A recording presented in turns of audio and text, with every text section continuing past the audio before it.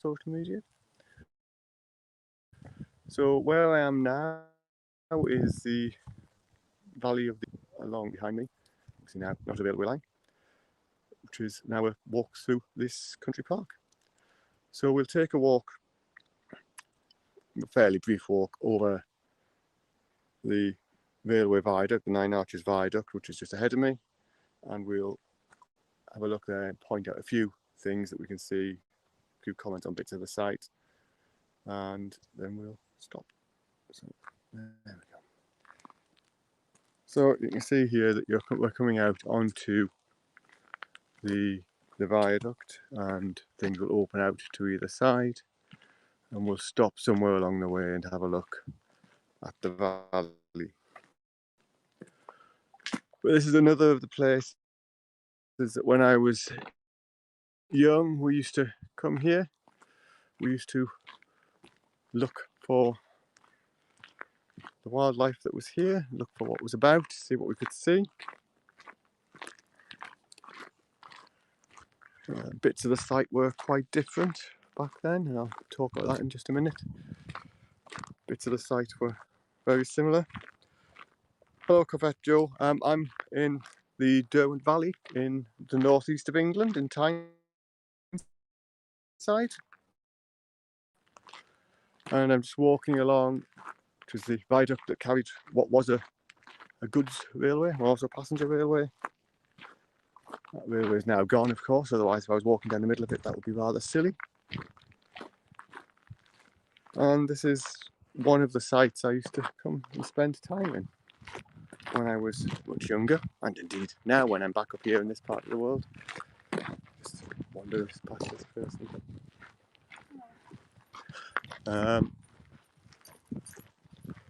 So you can see possibly up on the hillside ahead there, just to the left of the pylon, if I zoom in a bit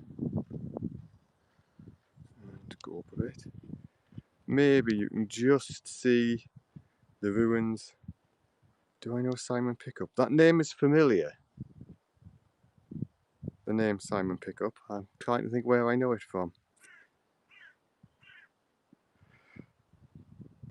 So what was I saying? So just over the top of the trees, you might just be able to make out to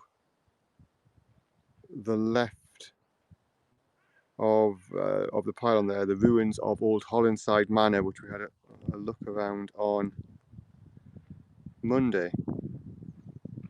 Perhaps I don't know Simon Pickup. The name's familiar. I don't know. Otherwise, but of course, with the amount of online things here, you can often know people without ever having met them.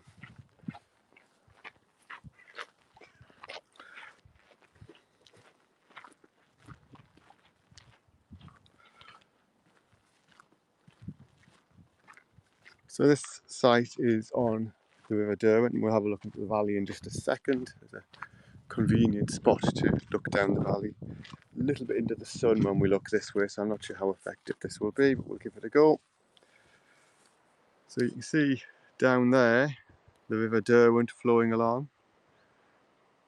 That's a really nice valley for nice river for, well, lots of things. It's a nice sort of typical northern river, and has, for instance, quite a few dipper and grey wagtail and kingfisher as you walk along there. There'll be none of that about today because somebody's got 3 dogs splashing into the water, of course. It's always nice to disturb all the wildlife with your dogs, I think you'll find. But this valley here is the Derwent Valley, and this was the site that was the release site here in the northeast of England for the reintroduction, or the re-establishment technically, of a bird called the red kite. A large, fairly charismatic bird of prey,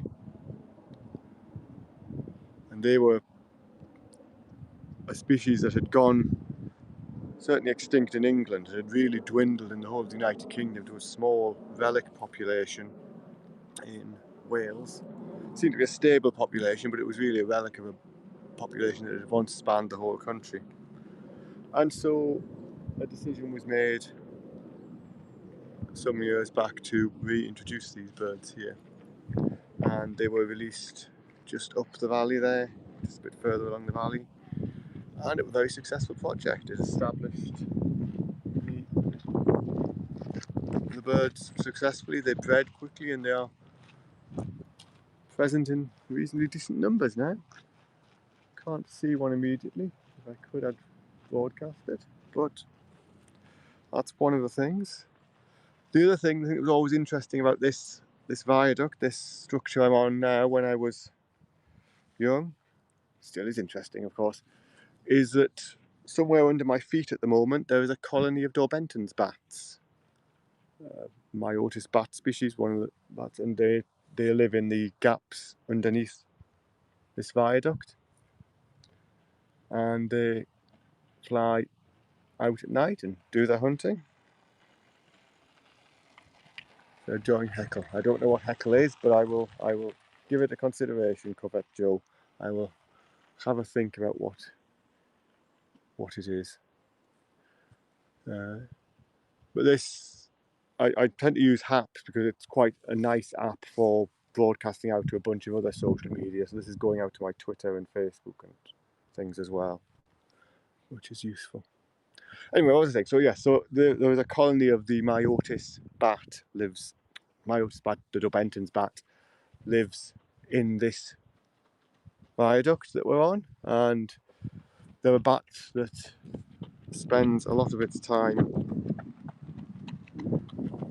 hunting insects over water. So obviously living in this structure, somewhere to live, the river's down there, somewhere to hunt, and that provides a really nice habitat. And that was always an interesting thing to know about, to sometimes be able to see the bats. And it may well be that here was the first place I went to with someone with one of the bat detectors that picks up the ultrasound and translates it into audible and lets you hear it. Something I do myself now. Well, I still lack quite a lot of the ability to identify the bats.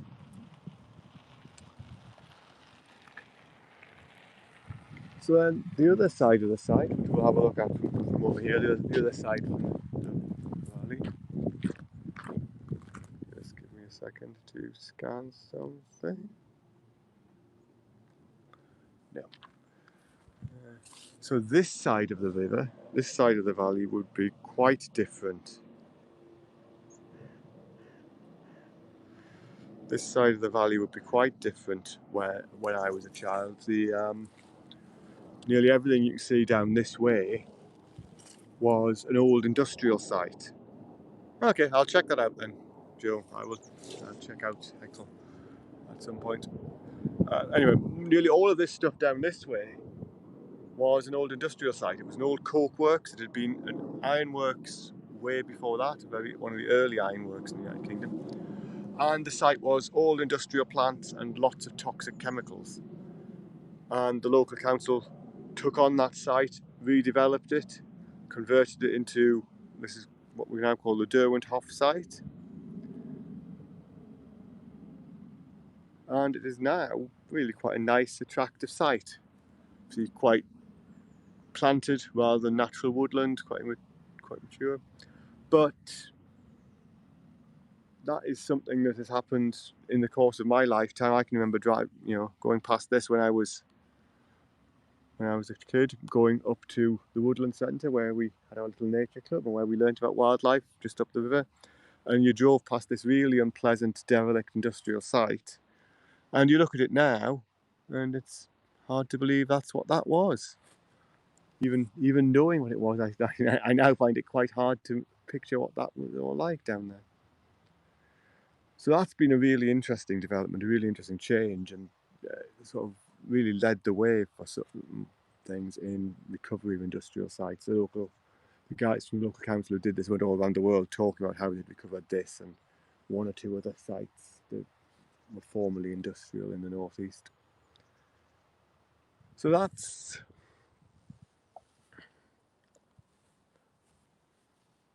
the two bits of the site.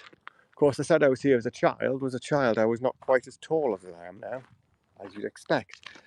So the view you got as a child was more like this.